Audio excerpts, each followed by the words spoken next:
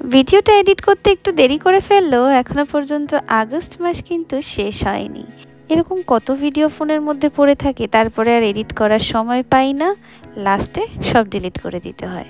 তো 15ই আগস্ট পৌঁছে গেছিলাম একটা দুর্দান্ত সুন্দর প্রপার্টিতে, যেটা কিনা সৃজনের দ্য রয়্যাল গ্যাঙ্গেস।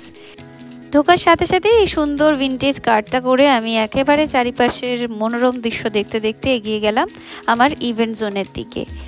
সেলিব্রেশনটা ছিল 79th ইন্ডিপেন্ডেন্স ডে সেলিব্রেশন, আর সেই উপলক্ষেই কিন্তু আমি পৌঁছে গেছিলাম ওখানে।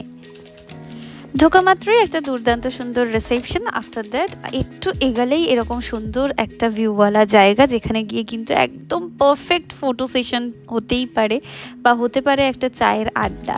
ভীষণ সুন্দর জায়গাটা। সামনে যদি কিছুটা কোয়ালিটি টাইম কেউ নিজের লাইফ পার্টনারের সাথে অথবা ফ্যামিলির সাথে, নিজের প্রিয় বন্ধুর সাথে কাটাতে চায়, তার জন্য একেবারে আইডিয়াল প্লেস। আমার এই জায়গাটা দেখে মনে হলো এটা কোনো রিসর্টের থেকে কোনো অংশে কম নয়। জায়গাটা কিন্তু সাউথ কলকাতা থেকে খুব বেশি দূরে নয়, আগ্রা স্টেশন থেকে মাত্র 15 থেকে 20 মিনিটের রাস্তা। আর তারপরেই কিন্তু এই সুন্দর জায়গাটা। এখানে যারা প্রপার্টি কিনেছে বলতে হয় সত্যিই তারা খুব শৌখিন মানুষ, বিকজ সত্যিই তো কেউ যদি নিজের ফ্ল্যাটে দাঁড়িয়ে গঙ্গার হাওয়া খেতে পারে, গঙ্গা দেখতে পারে, এর থেকে মনোরম আর কী হতে পারে। যা বুঝলাম জাস্ট ঢেলে সাজানো হচ্ছে জায়গাটাকে। তারপরে আমার ইভেন্ট শুরু হওয়ার পালা, এবং চলে এলাম, দেখে নাও আমার ইভেন্ট জোনটা।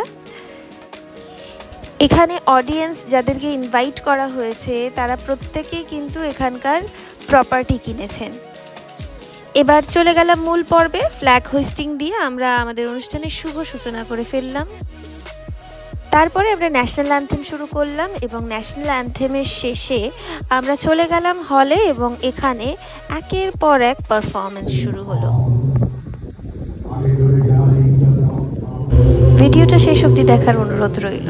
আশা রাখছি আপনাদের প্রত্যেকের ভীষণ ভালো লাগবে।